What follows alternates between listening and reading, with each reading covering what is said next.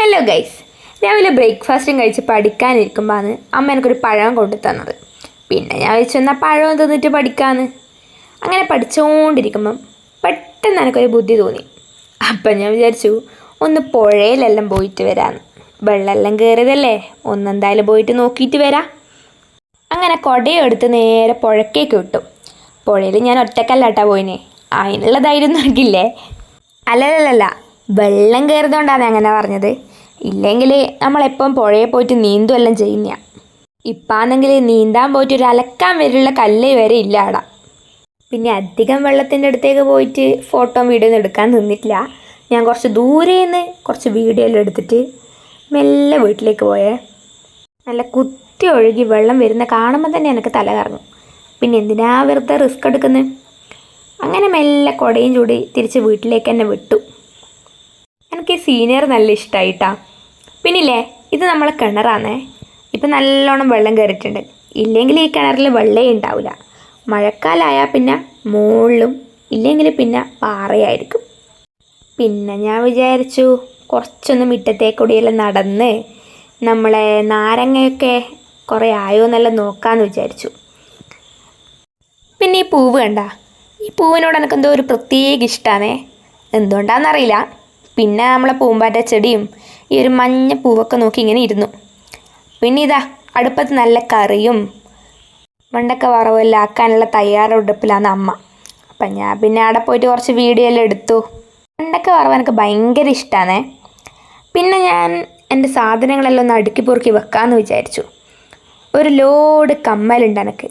അതുപോലെ തന്നെ വളയും മാലയെല്ലാമായിട്ട് എല്ലാം ഞാൻ എന്ത് ചെയ്തു, ഒന്ന് അടുക്കി പൊറുക്കി വെച്ചു. പിന്നെ ഇന്ന് ഞായറാഴ്ച ആണല്ലോ, എന്തായാലും കുറച്ചധികം സമയം ഉണ്ട്. പഠിക്കാനില്ലെങ്കിലും അല്ലല്ല, പഠിക്കാനുണ്ട്. പഠിക്കൂലെങ്കിലും ഇങ്ങനത്തെയൊക്കെ കുറച്ച് കാര്യങ്ങൾ ചെയ്യാമല്ലോ. പിന്നെ കുറച്ച് നേരം പത്രമെല്ലാം വായിച്ചു. പത്രത്തിലെല്ലാം ഇപ്പം എപ്പം നോക്കിയാലും മഴേൻ്റെ വാർത്ത തന്നെയാണ്. ഇങ്ങനത്തെ നല്ല നല്ല ശീലമൊന്നും എനിക്കില്ല. പിന്നെ ഞാൻ വിചാരിച്ച എന്തായാലും വീഡിയോ എടുക്കലല്ലേ, ഇരിക്കട്ടെ. പിന്നില്ലേ, ഈ ചമ്മന്തി കണ്ടാ, ഇത് കപ്പേൻ്റെ കൂടെയുള്ള അടിപൊളി സാധനമാണേ. ഇന്ന് ഞാൻ ചോറിന് അമ്മയോട് ആക്കി തരുമോ ചോദിച്ചു. എന്നിട്ട് അമ്മ എനിക്ക് കുറച്ചാക്കി തന്നു. അങ്ങനെ ഞാൻ ചോറെല്ലാം തിന്നു. ചോറിന് നല്ല സാമ്പാറും വെണ്ടക്ക വറവും ചമ്മന്തിയും പപ്പടെല്ലാം ഉണ്ടായിനെ. ഹലോ ഗൈസ്, അങ്ങനെ കുളിയൊക്കെ കഴിഞ്ഞു. എന്നിട്ട് ഞാൻ ചായ കുടിച്ചിട്ട് പഠിക്കാമെന്ന് വിചാരിക്കുന്നു.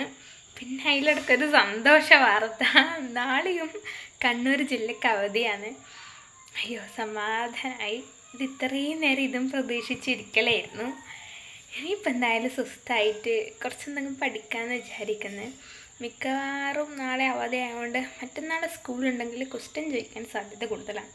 നമ്മളെന്തിനാ വെറുതെ ഒരു വയ്യാവേലെടുത്ത് തലയിൽ വെക്കുന്നത്. അതുകൊണ്ട് ലേശം എന്തെങ്കിലും പഠിക്കാമെന്ന് വിചാരിക്കുന്നത്. എന്നാലും അതൊരു ചോദ്യചിഹ്നമാണ്. അതെല്ലാം നോക്കാം നമുക്ക്. അപ്പോൾ എന്തായാലും ഞാൻ കുളിച്ച് വിളക്ക് കത്തിച്ചു. ഇനി ചായ കുടിക്കാം.